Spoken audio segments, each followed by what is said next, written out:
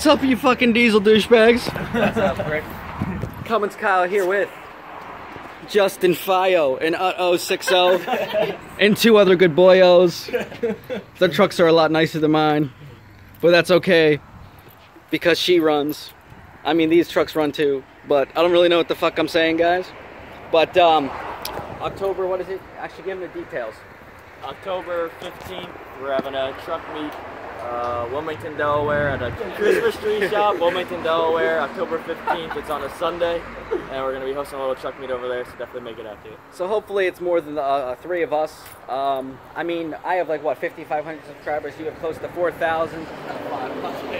He's got 500. Oh, that's right. 60. Yep. Oh, you just started. Yep, just started. Okay. But anyways, guys, check out both of their channels, and we'll have that truck meet October 15th. Be sure to come. I'm sure he'll have his Spank Productions t-shirts for sale and shit. And I'll have some Mud Cricket decals, but I don't have many. So, yeah. Enjoy the video. Peace. Truck meet with 60. Justin Fio. It's Fio! Fio! Fiorelli! Justin Fio.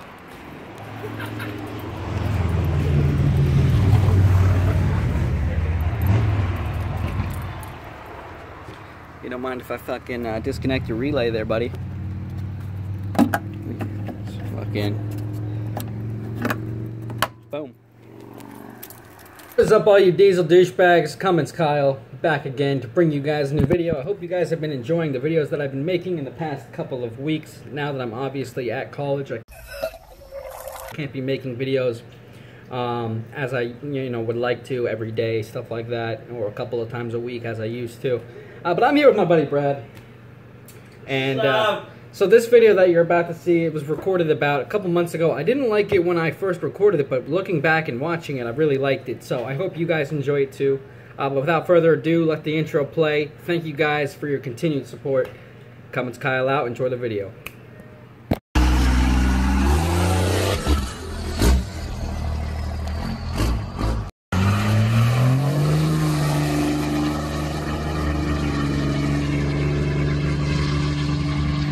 What's up, guys? Cummins Kyle here, back to bring you a new video. Thank you very much for the feedback on the last video.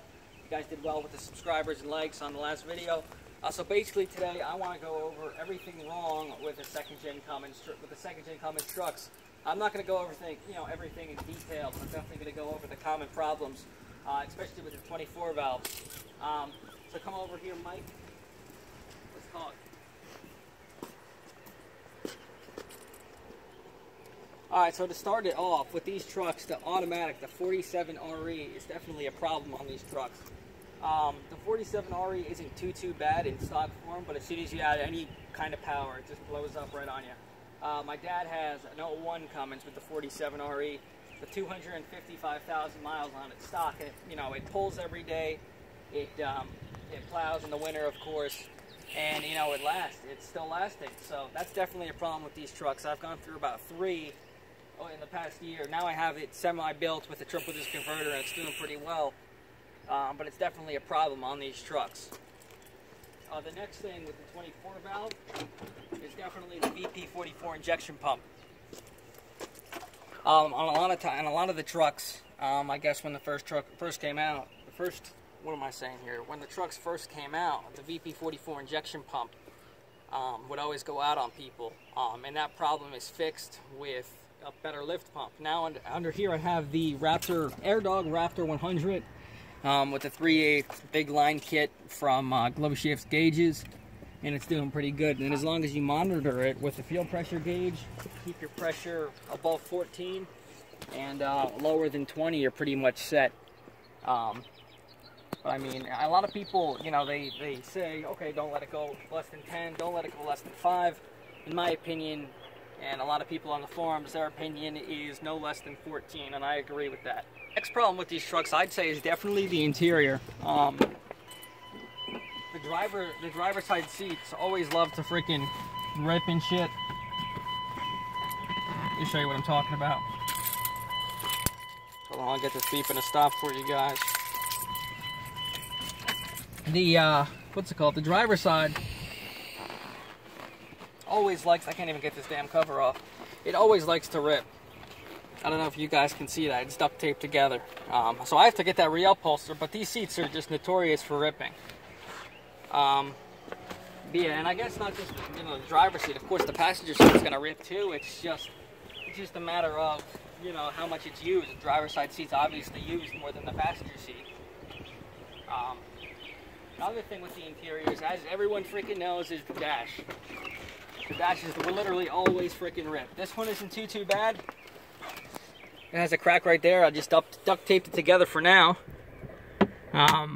So I guess maybe to help it to stop cracking more. Then of course I put a dash mat over that. There's no really way to protect the dashes at all, besides getting a plastic cover or something like that. Gino's Garage sells aftermarket covers too that just go on the top of that, and that works. But as for the interiors, I wanted to mention a lot of people complain about heater cores going bad. Heater cores, of course, is what gives you your heat and shit like that. And then this truck versus the Chevy and Ford of this generation, the front ends are just absolutely awful. I mean, maybe I can get Mike. Let me show you what I'm talking about.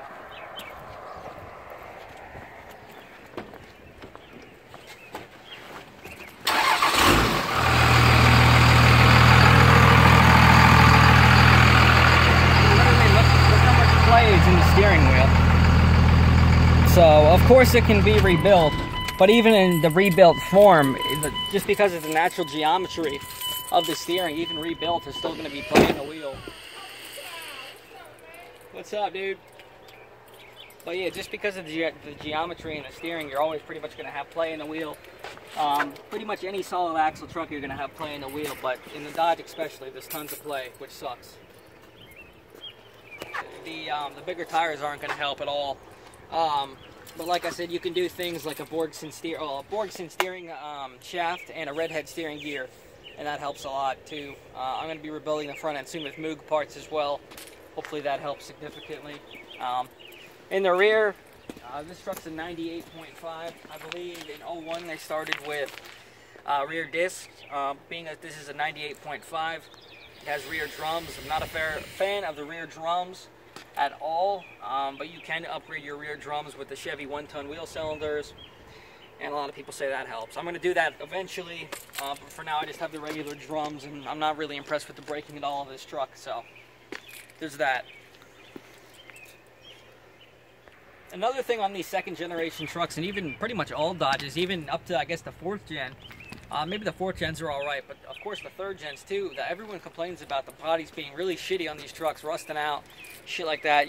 Basically every Dodge around here in New Jersey and everywhere else in the Rust Belt is just, literally every Dodge is rusty pretty much.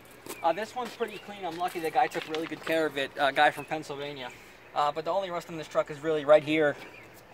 And that's pretty much it. And then of course we have the tailgate that's a little rusty. But fortunately the tailgate's very, it's cheap to replace. It's about $150. You can get one on eBay, and then you just got to get the proper new latches and everything like that. But besides that, they're pretty good trucks. I've had this truck for about 40,000 miles, and the only problem I really had is the radiator, and I didn't even really need to replace the radiator. It was a slight leak, but I wanted to get it replaced before I went on a road trip, of course, so I wouldn't be stranded on the side of the road with a freaking overheated engine. But the biggest thing about these trucks, the reason that people buy them, is for this thing right here. Cummins fucking diesel, baby. But yeah, I really wanted to mention was, I guess headlights. I guess a lot of people complain about headlight problems. I've had headlight problems. What's it called? I guess the lights were flickering on me. I replaced the switch and then they would still flicker, so what I went ahead and did was replace the whole harness with a heavy-duty relay kit from LMC Truck. In, I guess, stock form, on this truck, the truck isn't on relays, the headlights. So I went ahead, bought that relay kit, and I haven't had a problem since. Well, I did have a problem, but it was literally just a bulb, and bulbs go out on any vehicle. There's nothing you can do to prevent that, really, so. Next is out of sight, but I know I gotta hold on tight to go back to just going out every night. Like if I'm about to let it go now, I can live alright, live a normal life, doing 9 to 5, but I know I'm more than that. I gained this skill, wasn't born with that. At the end of the life, it's a memory, and I wanna know how to remember me. Either hate the kid for what I am, or love the boy for what I'm not. Right? Changes, but the game is never gonna